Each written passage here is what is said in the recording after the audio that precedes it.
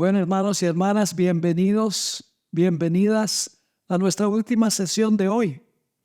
Queremos completar la lección que dejamos pendiente cuando terminamos la última sesión y luego queremos estudiar también la lección número 14 que tiene una relación con el día del Pentecostés. Así que tenemos mucha tela que cortar, por así decirlo. Vamos a orar. Padre, gracias te damos por la forma clara en que tú te revelas en tu palabra. Pedimos que la semilla de la verdad que tú has sembrado en nuestra mente y nuestro corazón pueda germinar, pueda crecer y fructificar para tu honra y gloria. Te lo pedimos en el nombre de Jesús. Amén. Bueno, para los que tienen el manual, estamos en la página 117. Página 117. Y quiero leer Hechos 2 y el versículo 1 al 4. Hechos 2, 1 al 4. Está hablando de lo que pasó en el día del Pentecostés. Dice, cuando llegó el día del Pentecostés, estaban todos unánimes juntos.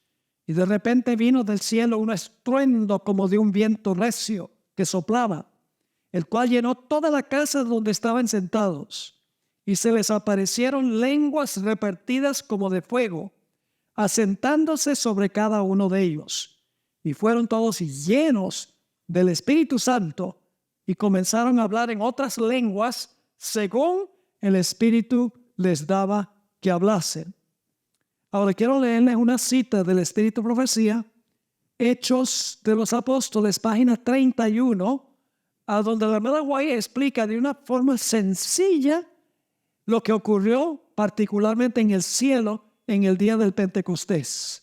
Dice así: la ascensión de Cristo al cielo fue la señal de que sus seguidores iban a recibir la bendición prometida. Habían de antes de empezar a hacer su obra. ¿Por qué debían esperar los apóstoles, los que estaban reunidos? Debían esperar antes de hacer su obra. Sigue diciendo, cuando Cristo entró por los portales celestiales, fue entronizado. ¿Qué significa entronizado? Se sentó en el trono, ¿verdad? Fue entronizado en medio de la adoración de los ángeles. Tan pronto como esta ceremonia hubo terminado, tan pronto se terminó la coronación de Jesús para sentarse en el trono de la gracia, el Espíritu Santo descendió sobre los discípulos en abundantes raudales. Y Cristo fue de veras glorificado con la misma gloria que había tenido con el Padre desde toda la eternidad. Ahora, ¿por qué se derramó el Espíritu Santo? ¿Por qué los fenómenos? Dice ella, el derramamiento pentecostal era la comunicación del cielo de que el Redentor había iniciado su ministerio celestial. ¿Cuál fue el propósito de los fenómenos? Que supieran a la tierra que Jesús había comenzado a oficiar como ¿qué? Como sumo sacerdote. Sigue diciendo, de acuerdo con su promesa, había enviado el Espíritu Santo del cielo a sus seguidores como prueba de que, ahora escuchen, como sacerdote y ¿qué? Recuerden que dice, lo hizo Señor y Cristo. Señor porque es Rey y Cristos porque es el ungido. Así que dice, de acuerdo con su promesa, había enviado el Espíritu Santo del cielo a sus seguidores como prueba de que, como sacerdote y rey, había recibido toda autoridad en el cielo y en la tierra, y era el ungido sobre su pueblo. Rey y también sacerdote ungido. Ahora, ustedes tienen un montón de referencias bíblicas acá. Tendrían que sentarse, esto le va a tomar un rato, leer todos estos versículos. La idea es que hay dos tronos. Y al leer los versículos, ustedes van a darse cuenta cuáles son los tronos y cuándo se sienta Jesús en un trono o en el otro trono. No tenemos tiempo de buscar todos estos versículos, pero ustedes pueden hacer el trabajo. Ahora vamos al pie de la página 118, al pie de la página 118. Israel se convirtió oficialmente, este es el tipo histórico, oficialmente en el pueblo del pacto de Dios en el monte Sinaí. Es decir, en el monte Sinaí el pueblo de Israel llegó a ser oficialmente el pueblo de Dios, oficialmente la esposa de Israel. Ya le voy a comprobar eso. La sangre del Cordero Pascual redimió a Israel. Su antigua vida de esclavitud quedó sepultada en las aguas bautismales del Mar Rojo. Saben que la Biblia dice en 1 Corintios, el capítulo 10, que Israel fue bautizado en el mar, ¿verdad que sí? Yo pregunto, ¿su vida antigua quedó sepultada en el mar? Todos los enemigos quedaron sepultados. ¿Salieron libres en el otro lado de las aguas? Sí, igualito, ese es el bautismo de Israel. Es decir, habían sido redimidos de Egipto, habían sido bautizados en el Mar Rojo, a novedades resucitaron a novedades de vida cuando salieron de las aguas, y entonces van al Sinaí para incorporarse oficialmente como pueblo de Dios. Y ustedes dicen, ¿cómo sabemos eso? Pues vamos a Éxodo 19 y el versículo 1 al 6, que está en la página 119. Éxodo 19 y el versículo 1 al 6. Aquí Israel llega a ser oficialmente el pueblo de Dios, la esposa de Dios. Dice, en el mes tercero de la salida de los hijos de Israel de la tierra de Egipto, en el mismo día llegaron al desierto del Sinaí. Habían salido de Refidim y llegaron al desierto de Sinaí y acamparon en el desierto, y acampó allí Israel delante del monte. Y Moisés subió a Dios y Jehová lo llamó desde el monte diciendo, ahora Dios le da un mensaje a Moisés. Así dirás a la casa de Jacob y anunciarás a los hijos de Israel. Ahora, ¿cuál es el mensaje que Dios le da a Moisés para darle al pueblo? Vosotros visteis lo que hice a los egipcios, es decir, que yo los redimí a ustedes. Y cómo os tomé sobre alas de águila y os he traído a mí. Es decir, los libré de servidumbre a Egipto y a Faraón y los he traído a mí. Ahora ustedes son míos, no son de Faraón. Y entonces Dios dice, ahora pues, sí, condicional, si dieres oído a mi voz y guardaréis mi pacto, vosotros seréis mi especial tesoro sobre todos los pueblos, porque mía es toda la tierra. ¿Están captando lo que dice? Si ustedes oyen mi voz y guardan mi pacto, entonces ustedes van a ser mi pueblo, es lo que está diciendo Dios. Porque mía es toda la tierra y vosotros me seréis, ahora fíjense, ¿cuál es la función? Cuando lleguen a ser el pueblo de Dios, dice, seréis un ¿qué? Un reino de sacerdotes y gente santa. Estas son las palabras que dirás a los hijos de Israel. Y si siguen leyendo ahí, ¿qué es lo que dice Israel? Todo lo que Jehová ha dicho, eso haremos. Y Moisés le refirió la respuesta del pueblo a Dios. Ahí se formó el pacto. Dios le ofreció el pacto, el pueblo dice, aceptamos el pacto y llegaron a ser oficialmente el pueblo de Dios o la esposa de Dios. El problema es que su corazón no había sido transformado. Consideraron el pacto como algo sencillamente legal y por lo tanto apostataron. A usted dice, pastor, ¿cómo dice usted que en el monte Sinaí Dios se casó con su pueblo? Que el pacto fue un pacto matrimonial. Vamos a Jeremías 31 y el versículo 31 y 32. Aquí se va a relatar lo que pasó en el Sinaí y lo que Dios en realidad quería hacer con el pueblo. Dice en Jeremías 31 y los versículos 31 y 32, Dios dice, he aquí vienen los días, dice Jehová, en los cuales haré un ¿qué? Un nuevo pacto, no como el de Sinaí, un nuevo pacto con la casa de Israel y con la casa de Judá. No como el pacto que hice con sus padres el día que tomé su mano para sacarlos de la tierra de Egipto. No como ese pacto en el Sinaí. ¿Por qué razón? Porque ellos invalidaron mi pacto. Aunque yo fui un marido para ellos, dice Jehová. fue un pacto matrimonial, ¿sí o no?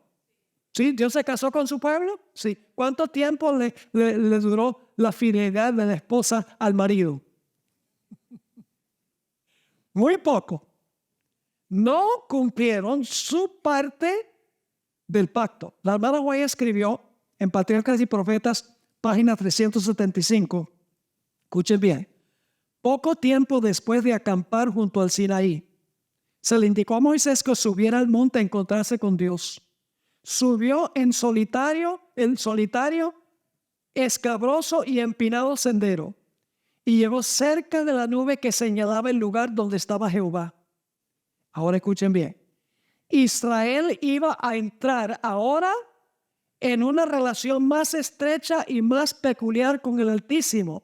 Iba a ser recibido como ¿qué? Iba a establecerse Israel como iglesia y como nación bajo el gobierno de Dios.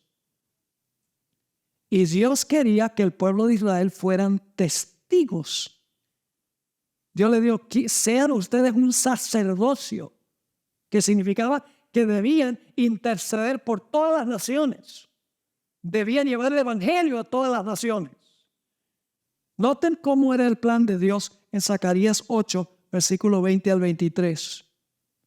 Mientras ustedes buscan ese pasaje, déjenme mencionar algo que pasó en el día del Pentecostés. ¿Por qué dio Dios el Espíritu Santo en el día del Pentecostés? Voy a adelantar un poquito para que puedan ver claramente el paralelo. ¿Por qué les dio el Espíritu Santo? ¿Para que saltaran en la iglesia? ¿Para que hablaran en idiomas que ni siquiera Dios entiende? ¿Para rodar en los pasillos?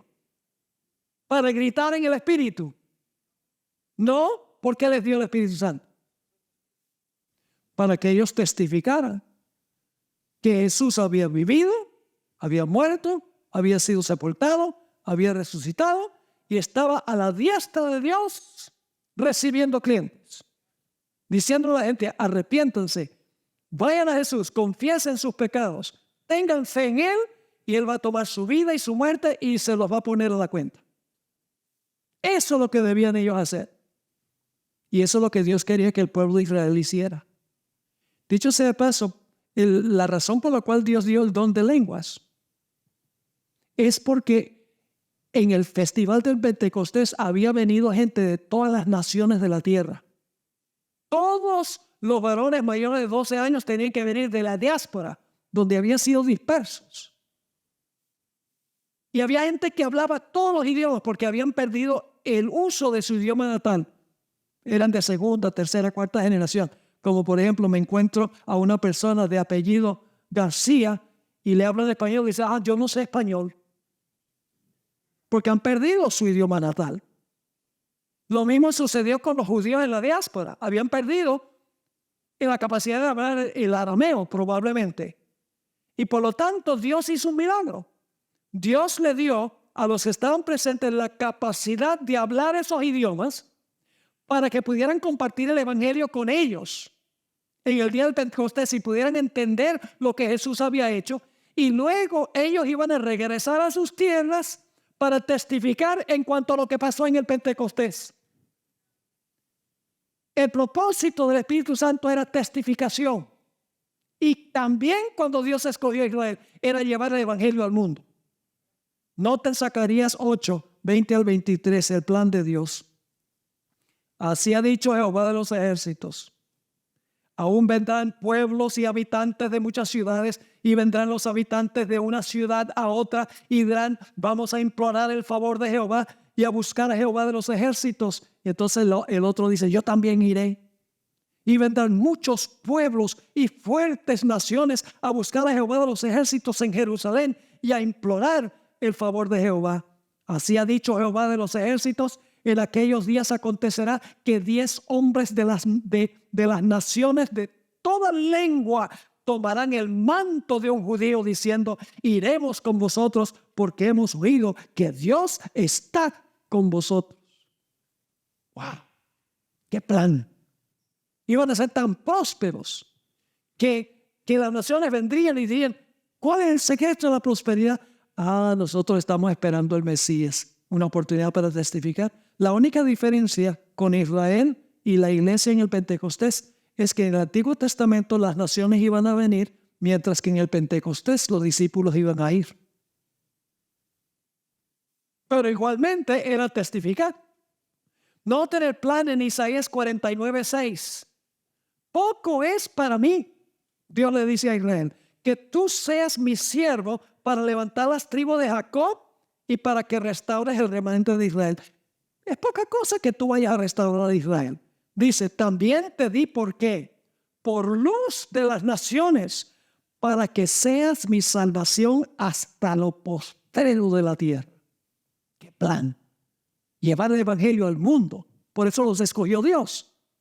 Por eso es que hizo un pacto con ellos. Noten Deuteronomio 4, 5 y 6. Dios dice, mira, yo os he enseñado estatutos y decretos como Jehová mi Dios me mandó, para que hagáis así en medio de la tierra en la cual entráis para tomar posesión de ella. Y ahora Moisés dice, como mensajero de Dios, guardadlos pues y ponedlos por obra, porque esta es vuestra sabiduría y vuestra inteligencia ante los ojos de los pueblos, los cuales oirán todos estos estatutos y dirán, ciertamente pueblo sabio y entendido, nación grande es esta. Qué glorioso plan. Ese era el plan de Dios para Israel. Era el plan también de Dios en el día del Pentecostés, cuando derramó el Espíritu Santo. ¿Cómo no? Noten el antitipo profético, el cumplimiento profético en la página 120. La iglesia cristiana se convirtió en el pueblo del nuevo pacto con Dios por matrimonio. ¿Recuerdan que el apóstol Pablo dijo, maridos, amad a vuestras mujeres como Cristo amó a la iglesia? ¿Se casó Jesús con la iglesia? Sí, Señor. El pacto fue allí en el Pentecostés. Jesús murió, fue sepultado, resucitó y luego en el Pentecostés Jesús hizo de el nuevo Israel su pueblo especial. Este es el Israel apostólico, con Cristo como la piedra angular y los apóstoles como los fundamentos de la iglesia. La roca fue golpeada y el agua del Espíritu Santo se derramó. Ahora fíjense, la iglesia, el siguiente párrafo, la iglesia debía ser ¿qué? Testigo del mundo. El pequeño núcleo de judíos en el aposento alto estaba facultado para dar testimonio a todas las naciones y traer una abundante cosecha de almas. Su pueblo de tierra ahora era un real sacerdocio. Como los hijos de Aarón fueron también separados y fueron ungidos, los apóstoles que recibieron el ungimiento del Espíritu Santo después que Jesús recibió en el cielo el ungimiento, ahora debían compartir, debían ser un real sacerdocio. El propósito del don de lenguas, como les mencioné, era anunciar lo que estaba sucediendo en el cielo. Que la gente podía venir al santuario celestial de Jesús para recibir perdón y pureza. Noten el plan de Dios en Hechos 13 y el versículo 46 al 48. Aquí están hablando a Pedro, a Pablo y Bernabé. Y citan el texto que leí de Isaías 49:6. Dice, entonces Pablo y Bernabé, hablando con denuedo, dijeron, porque los judíos han rechazado lo que ellos han dicho. Lo que Pablo y Bernabé han predicado, los judíos lo han rechazado. Así que ellos dicen, a vosotros a la verdad era necesario que se os hablase primero la palabra de Dios.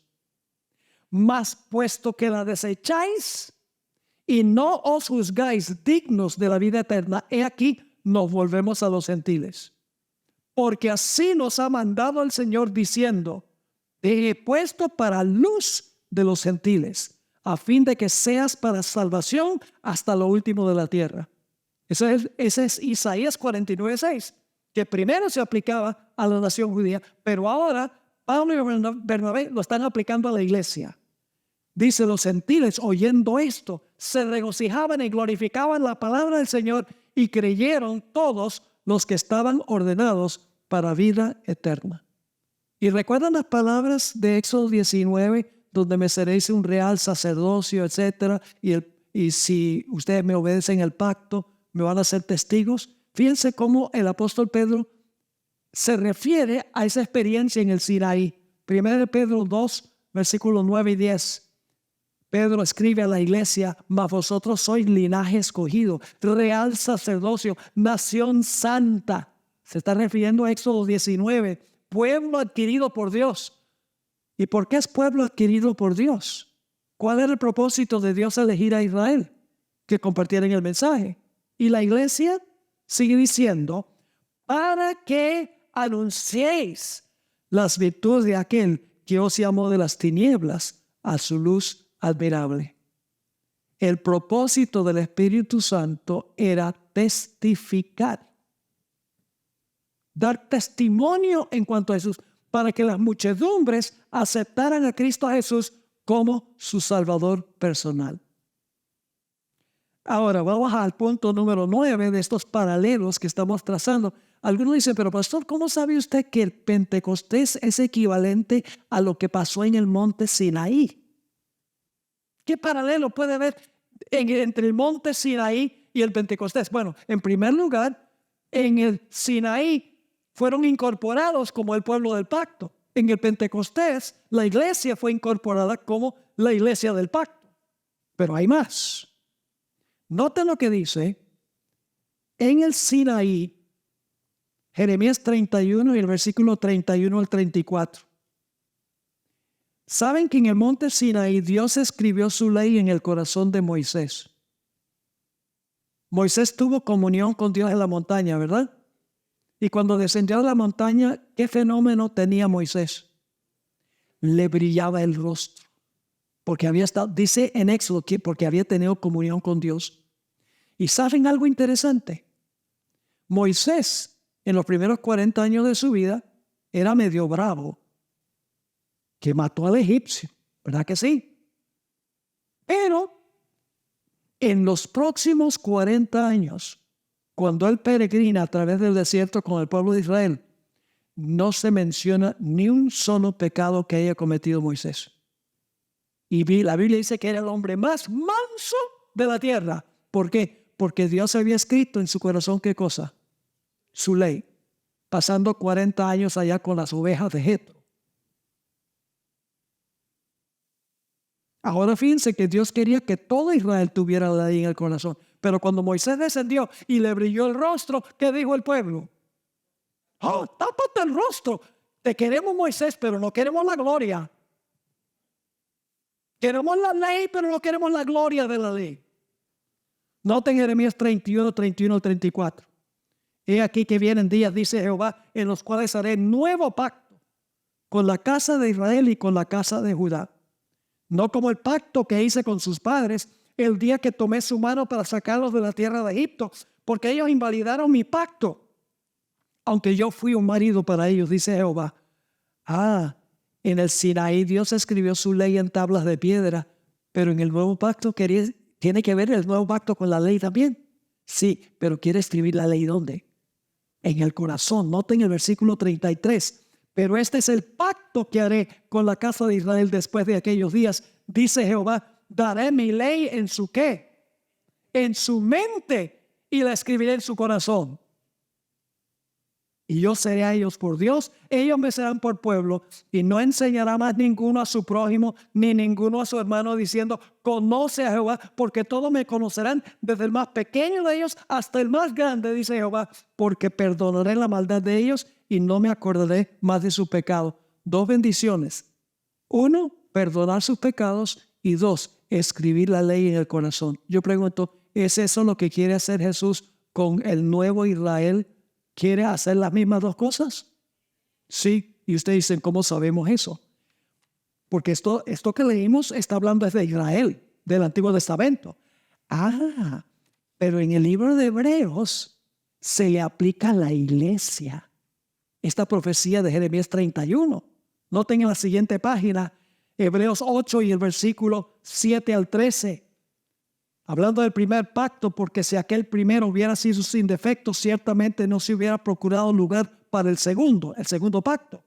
Porque reprendiéndolos dice, he aquí, vienen días, dice el Señor, en que establecerá con la casa de Israel y la casa de Judá un nuevo pacto. Ese es el pacto con la iglesia. No como el pacto que hice con sus padres el día que los tomé de la mano para sacarlos de la tierra de Egipto, porque ellos no permanecieron en mi pacto y yo me desentendí de ellos, dice el Señor. Y luego entonces repite para la iglesia lo que se dijo para Israel literal. Dice, por lo cual este es el pacto que haré con la casa de Israel después de aquellos días, dice el Señor, pondré mis leyes en la mente de ellos y sobre su corazón las escribiré. ¿Es el mismo plan con la iglesia que tenía con Israel? Sí, en el nuevo pacto. Y el viejo pacto fue en el Sinaí, el nuevo pacto fue en el Pentecostés. Y luego dice, y seré a ellos por Dios, ellos me serán por mi pueblo. Y ninguno enseñará a su prójimo, ni ninguno a su hermano, diciendo, conoce al Señor, porque todos me conocerán, desde el menor hasta el mayor de ellos. Porque seré propicio a sus injusticias, y nunca más me acordaré de sus pecados y sus iniquidades. ¿Promete Dios escribir la ley en el corazón y también perdonar los pecados? A eso fue Jesús al cielo. Primero, para perdonar los pecados, y en segundo lugar, para darnos poder para vencer el pecado. Podemos venir confiadamente al trono de la gracia para recibir oportuno socorro, según Hebreos el capítulo 4, porque tenemos ese sumo sacerdote allá. Ahora, último paralelo. Según la tradición judía, ellos dicen en sus escritos antiguos que Dios repitió la ley en el monte Sinaí en 70 idiomas. Eso dice el Talmud judío. Son las tradiciones judías. Interesante. Y ahí en el manual tiene la fuente. ¿De dónde sale esto? Ahora yo pregunto entonces, ¿en el monte Sinaí hubo el don de lenguas? Sí, Dios repitió 70 idiomas. ¿Qué pasó en el día del Pentecostés? En el día del Pentecostés, Dios le dio el don a los apóstoles de hablar en las lenguas de las naciones. Ahora quiero leerles una última cita, Deseados Adolescentes, página 162. Jesús dijo a los discípulos, yo os he enviado a cegar lo que vosotros no sembrasteis. ¿Quién sembró la cosecha del día del Pentecostés? Jesús. Ellos cosecharon lo que Jesús sembró. Otros labraron y vosotros habéis entrado en sus labores, dice Jesús. El Salvador estaba mirando hacia adelante. A la gran recolección en el día del Pentecostés. Los discípulos no habían de considerarla como el resultado de sus propios esfuerzos. Estaban entrando en las labores de otros hombres. Desde la caída de Adán, Cristo había estado confiando la semilla de su palabra a sus siervos escogidos para que la sembrasen en corazones humanos. Y un agente invisible, un poder omnipotente, había obrado silenciosa pero eficazmente para producir la mies. El rocío, la lluvia, el sol de la gracia de Dios habían sido dados para refrescar y nutrir la semilla de la verdad. Cristo iba a regar la semilla con su propia sangre. Sus discípulos tenían el privilegio de colaborar con Dios. Eran colaboradores con Cristo y con los santos de la antigüedad. Por el derramamiento del Espíritu Santo en el Pentecostés, se iban a convertir millares en un día. Tal era el resultado de la siembra de Cristo, la mies de su obra. ¿La gloria era para quién? Para Cristo. ¿Será posible que a veces nosotros estamos tan interesados en tener un montón de bautismo para traer gloria al evangelista? O a la iglesia. Bautizamos 100. No hay ningún problema con llevar estadísticas, porque en hecho dice que se bautizaron 3,000 el día de Pentecostés. Pero recordemos que la cosecha se debe a la gloria de Dios, no a la gloria nuestra. Él recibe la honra, no nosotros, porque Él es el que siembra la semilla. Nosotros sencillamente cosechamos lo que Él sembró. Ahora vamos rápidamente, tenemos media hora y yo creo que no vamos a poder completar esta lección, pero vamos a hacer lo posible. La lección número 14. Levítico 23, 15 al 17 describe el Pentecostés y dice lo siguiente: y contaréis desde el día que sigue al día de reposo, desde el día en que ofreciste la gavilla de la ofrenda mecida, 7 semanas cumplidas serán. Hasta el día siguiente del séptimo día de reposo contaréis 50 días, entonces ofreceréis ¿qué cosa? El nuevo grano de Jehová. Esta es la cosecha de trigo. De vuestras habitaciones traeréis, ahora fíjense, está interesante esto.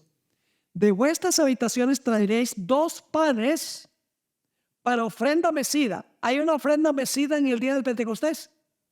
Sí. ¿Hubo una ofrenda mecida en la fiesta de las primicias? Sí.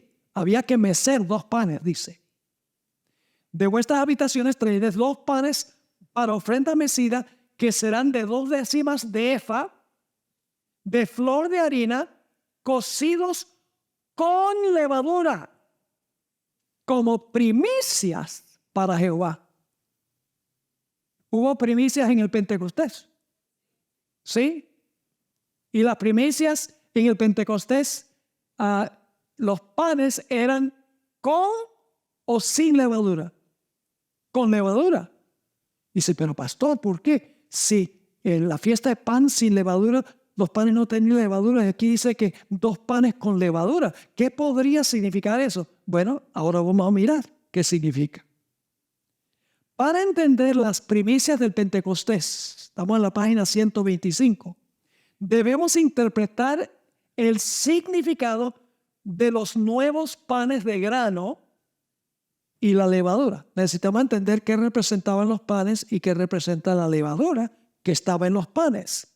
Los panes representan la iglesia. Van a ver eso en unos momentos. O el pueblo de Dios. Y la levadura representa el crecimiento de la iglesia a través de la obra del Espíritu Santo. Es decir, en la fiesta de los panes sin levadura, la levadura representa el pecado. Jesús no tenía pecado. Pero en el Pentecostés, la levadura representa el hecho de que el Espíritu Santo estuvo en la iglesia y como resultado la iglesia creció. Como crece el pan cuando se le pone levadura. Note la parábola de la levadura que dio Jesús, que se aplica al Pentecostés. Dice en Mateo 13:33, otra parábola les dijo: el reino de los cielos es semejante a la ¿qué? A la levadura que tomó una mujer. ¿Qué representa la mujer? La iglesia. Y escondió en 3 medidas de harina hasta que todo fue ¿qué? Hasta que todo fue leudado. Ahora yo pregunto, ¿la levadura en la Biblia representa el pecado? ¿Puede representar el pecado la levadura? No voy a leer el pasaje que se encuentra en la página 126, arriba, en la parte de arriba, ya lo leímos. El apóstol Pablo dijo que la levadura representa ¿qué cosa? Malicia y maldad. En la fiesta de los panes sin levadura, pero no en el Pentecostés. Noten cómo la hermana White explica la levadura en el día del Pentecostés. O sea, yo soy un buen panadero. Yo no sé si ustedes sabían eso. Pero la forma como yo hago pan con levadura, es que yo preparo la masa y cuando tengo la masa, yo le rocío un poco de levadura encima. Obviamente ustedes no son panaderos. ¿Esa es la forma como uno hace pan con levadura? ¿A dónde hay que meter la levadura? Tiene que estar dentro de la masa. La masa representa la iglesia. El Espíritu Santo tiene que estar dentro de la iglesia. Noten cómo la hermana White captó esto. Pero en la parábola del Salvador, la levadura se usa para representar el reino de los cielos. Ilustra el poder de aceleración y asimilación de la gracia de Dios. Ninguno es tan vil, ninguno ha caído tan bajo como para estar más allá del trabajo de este poder. En todos los que se someten ¿a qué? Aquí está, la levadura. A todos los que se someten al Espíritu Santo se debe ¿qué cosa? Implantar, como se mete la levadura en la masa, se debe implantar un nuevo principio de vida. La imagen perdida de Dios debe ser restaurada en la humanidad. Pero el hombre no puede transformarse a sí mismo por el ejercicio de su voluntad. No posee el poder capaz de obrar este cambio.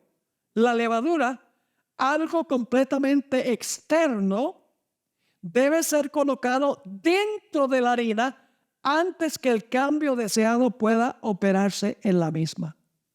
Así, la gracia de Dios debe ser recibida por el pecador antes que pueda ser hecho apto para el reino de la gloria. Toda la cultura y la educación que el mundo puede dar no podrán convertir a una criatura degradada por el pecado en un hijo del cielo. La energía renovadora debe venir de Dios. El cambio puede ser efectuado solo por el Espíritu Santo. Todos los que quieran ser salvos, sean encumbrados o humildes, ricos o pobres, deben someterse a la operación de este poder. Yo pregunto, ¿en el día de Pentecostés el Espíritu Santo entró en el interior de la iglesia? ¿Sí o no? Claro que sí. La iglesia creció por 3,000. ¿Por qué creció hasta tener 3,000, además de los que estaban allí? Porque tenía el Espíritu Santo.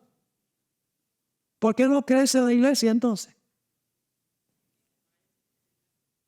Porque el terreno es duro.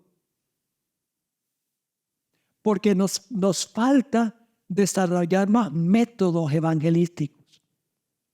No hay nada malo con métodos evangelísticos, pero les digo que lo que falta en la iglesia para que la iglesia se llene es la obra interna del Espíritu Santo.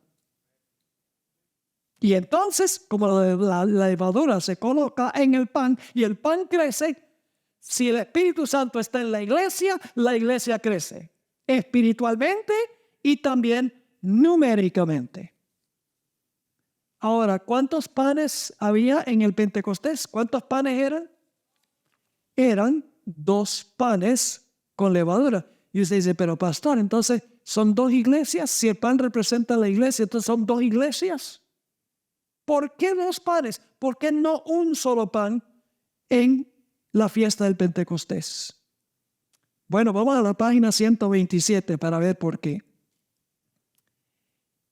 La iglesia en el Pentecostés se dividía o se componía de 2 divisiones. Un grupo en el día de Pentecostés fue el grupo que resucitó con Jesús el primer día de la semana. ¿Presentó Jesús ese grupo ante el Padre? ¿Eran ellos parte de la iglesia? ¿Cómo no?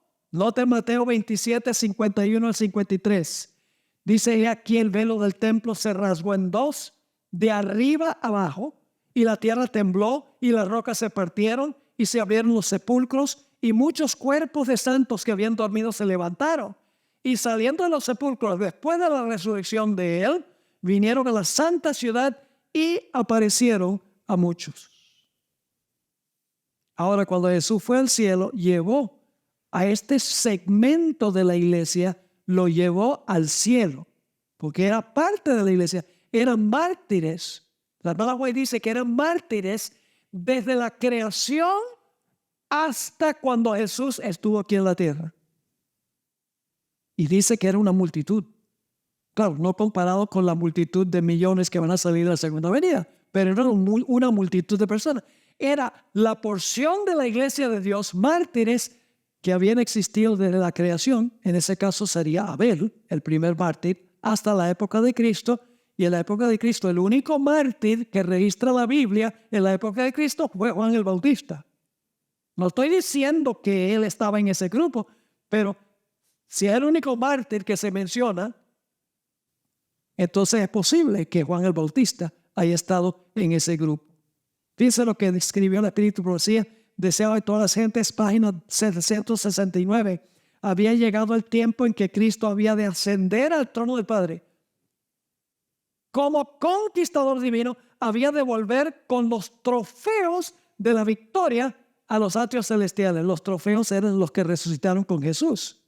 Mensajes Selectos, tomo 1, página 358. Ella escribió, ellos fueron la multitud de cautivos que ascendieron con Cristo como trofeos. Yo pregunto, meció, por así decirlo, Jesús a estos trofeos ante el Padre en el cielo? Sí los meció como las primicias. Leímos que eran primicias. Nota lo que dice también Mensajes Selectos, tomo 1, página 359. Dice, así también los que habían sido resucitados habían de ser presentados, mecidos o presentados ante el universo como una garantía de la resurrección de todos los que creen en Cristo como su Salvador personal.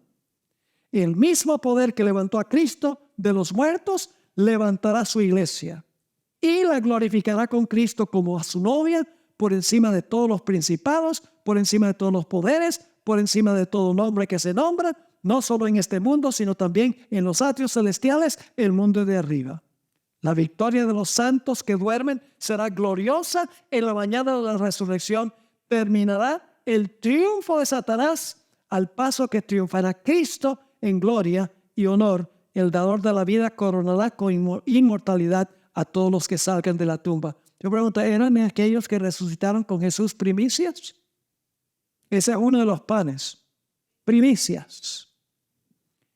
Ahora, noten también el deseo de todas las gentes, página 773. Y está escribiendo la ascensión de Jesús al cielo. Dice, pero con un ademán Jesús llega al cielo y las huestes celestiales están alabándolo. Y dice, pero con un ademán Él nos detiene. Todavía no. No puede ahora recibir la corona de gloria y el manto real. Entra a la presencia de su Padre. Señala su cabeza herida, su costado traspasado, sus pies lacerados, alza sus manos que llevan la señal de los clavos. Y ahora escuchen, presenta, ¿a quién le presenta? Al Padre. Presenta los trofeos de su triunfo, ofrece a Dios la gavilla de las primicias. Aquellos que resucitaron con Él como representante de la gran multitud que saldrá de la tumba en ocasión de su segunda venida.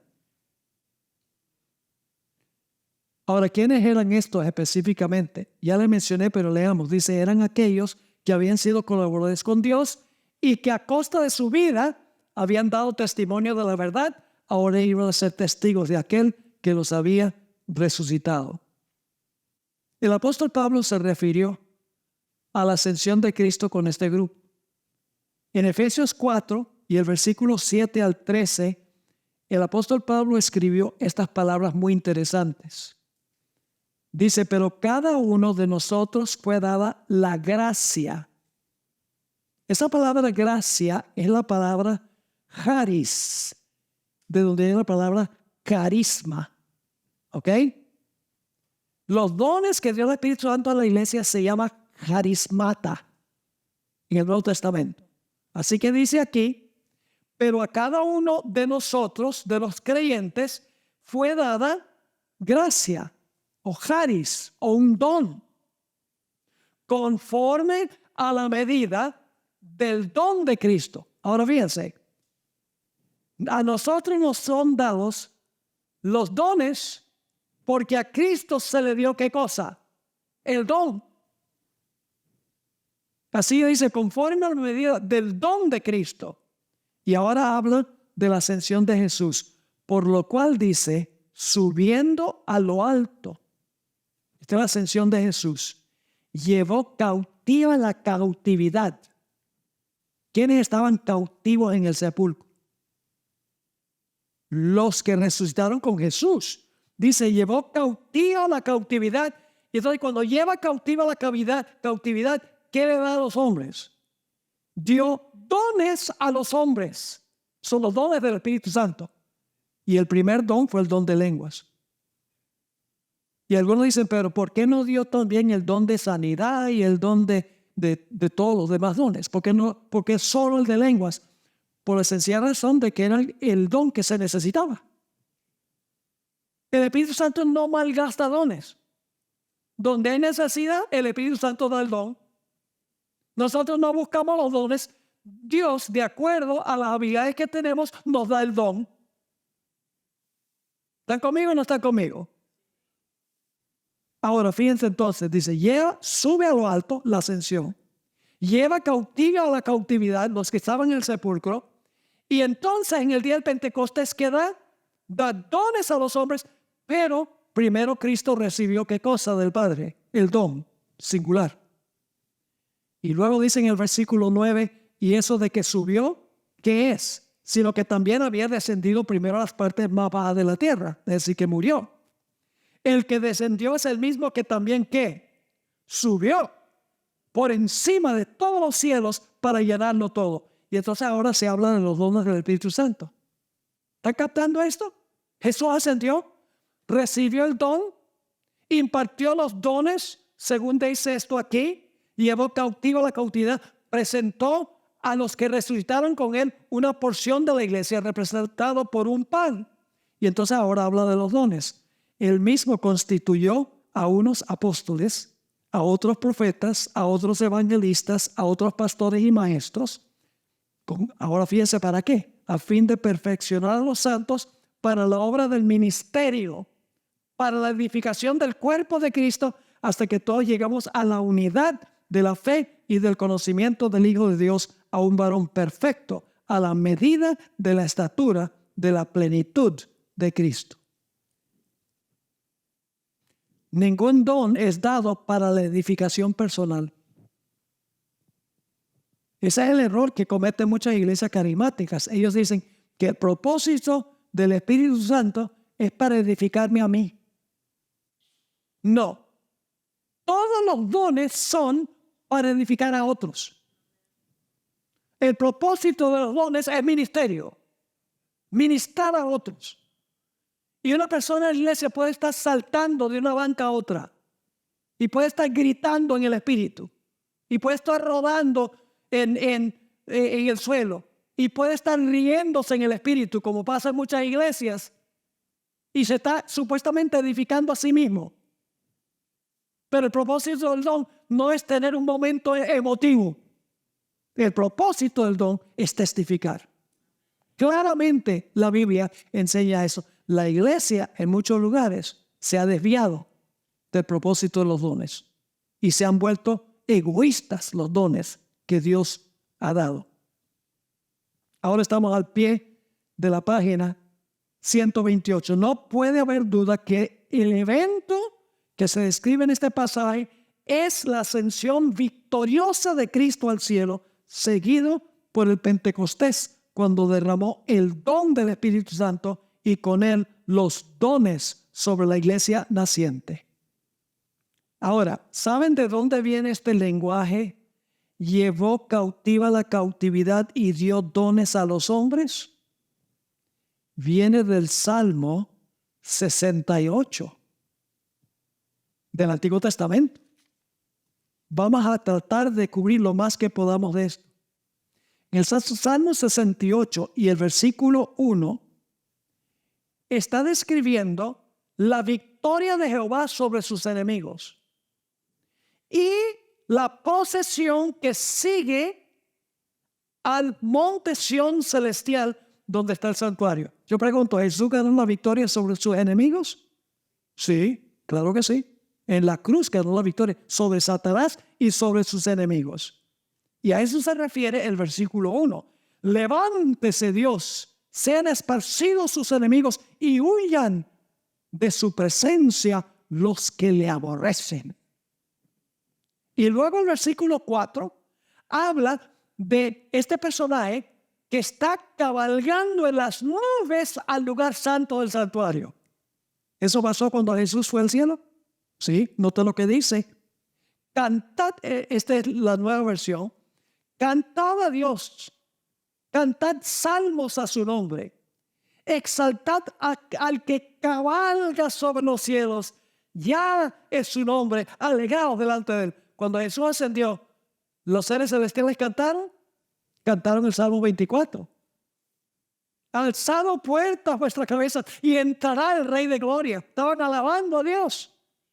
Aquí dice que Jesús está en las nubes y está avanzando al monte de Sión en el cielo. Y todos están cantando. Esto viene del Salmo 24 y el versículo 7 y 8. donde aparecen estas palabras: alzado puertas vuestras cabezas y alzado vosotras puertas eternas, y entrará el Rey de Gloria. ¿Quién es este Rey de Gloria? Jehová, el fuerte y valiente, Jehová, el poderoso en batalla. En el Deseado de todas las gentes, página 773, Elena White describe el gozoso séquito cuando Jesús asciende al cielo. Escribió lo siguiente: todo el cielo estaba esperando para dar la bienvenida al Salvador a los atrios celestiales. ¿Venía Jesús sobre las nubes, como dice en el Salmo 68? Sí, claro que sí. No eran nubes compuestas de agua, eran ángeles. Alzado puertas vuestras cabezas y alzado vosotras puertas eternas, y entrará el Rey de Gloria. Entonces otro grupo de ángeles dice: ¿quién es este Rey de Gloria? Y entonces los ángeles responden: Jehová, el fuerte y valiente, Jehová, el poderoso en batalla. Todo el cielo, dice la sierva del Señor, estaba esperando para dar la bienvenida al Salvador a los atrios celestiales. Mientras ascendía, iba adelante, y la multitud de cautivos liberados en ocasión de su resurrección le seguía. La hueste celestial, con aclamaciones de alabanza y canto celestial, acompañaba el gozoso séquito. Noten el Salmo 68 y el versículo 11. El Señor daba palabra. Había grande multitud de las que llevaban buenas nuevas. Noten el versículo 17. Dios ha venido con decenas de miles de sus carros. Él ha venido con miles y miles de ellos. El Señor ha venido del monte Sinaí, ha entrado en su ¿qué? En su lugar santo. El versículo 24 dice: en el santuario pueden verse las procesiones de mi Dios. Las procesiones de mi Dios, ¿y qué? Y Rey. Jesús fue instalado como Rey. Y luego el versículo 35 dice: temible eres, oh Dios, desde tus santuarios, el Dios de Israel. Él da fuerza y vigor a su pueblo. ¿Qué fue lo que dio a Jesús? ¿Recibiréis qué cosa? Poder. Este salmo es el salmo de la ascensión de Cristo, con las primicias en las nubes para entrar al lugar santo, mientras las huestes celestiales están entonando himnos en su honor. Por eso Pablo citó el Salmo 68, porque es un salmo mesiánico. Ahora usted dice: ¿y el otro grupo qué? ¿El otro pan qué? Bueno, había otro pan en el día de Pentecostés, estaba en la tierra. Y ustedes dicen: ¿cuál es ese grupo en la tierra? Bueno, no solo estaban los que resucitaron con Jesús, sino que también hubo primeros frutos de la iglesia cristiana en el día del Pentecostés. ¿Sí o no? Hubo también un grupo de primicias en la tierra que fueron presentados al Señor. ¿Cómo no? ¿Quiénes eran? Los 3,000 que se bautizaron fueron los primeros frutos de la iglesia cristiana. Ese es el otro pan. Es una misma iglesia. Los que fueron al cielo y los que fueron bautizados son miembros de la misma iglesia, pero son dos diferentes divisiones. Ahora noten lo que dice Hechos 2, 37 y 38. Aquí Pedro acaba de predicar su poderoso sermón y no hizo un llamado. Y los hombres que estaban presentes ahí vienen a donde Pedro y le dicen: Pedro, ¿qué tenemos que hacer a la luz de lo que tú predicaste? Muy bueno el sermón, pero ¿qué debemos hacer? Vamos a leer versículo 37. Al oír esto, es decir, el sermón de Pedro, se compungieron de corazón y dijeron a Pedro y a los otros apóstoles: varones, hermanos, ¿qué haremos? Pedro les dijo: arrepentíos y bautícese cada uno de vosotros. ¿Es individual?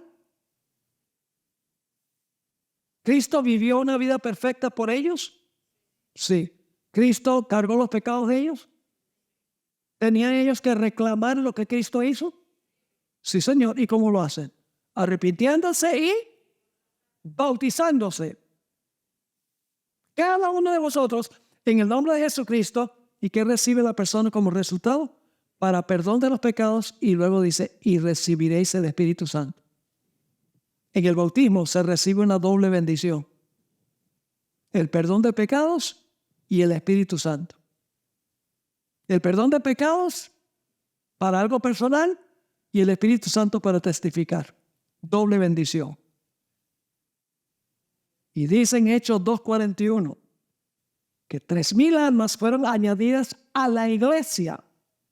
Dice, así que los que recibieron su palabra fueron bautizados y se añadieron aquel día como 3,000 personas. ¿Se añadieron a qué? A la iglesia. ¿Entienden lo que pasó en el Pentecostés? Una fiesta tremenda, ¿verdad que sí? Ahora déjeme decir algo sobre el bautismo. Yo no sé si todos aquí son bautizados. Y si son bautizados, no estoy seguro que entendieron lo que es el bautismo. Te voy a explicar. Aquí en bautisterio, el pastor está en el bautisterio, el candidato está enfrente y el pastor dice, yo te bautizo en el nombre del Padre, el Hijo y el Espíritu Santo. Amén. ¿Qué es lo último que hace el candidato antes que el pastor sumerja a la persona debajo del agua? Deja de respirar. Vale. ¿Qué hace mientras está bajo el agua? No respira. ¿Qué es lo primero que hace cuando sale del agua? Respira de nuevo. Saben que en miniatura están repitiendo lo que pasó con Jesús. Están siendo incorporados a Jesús, a la experiencia de Jesús.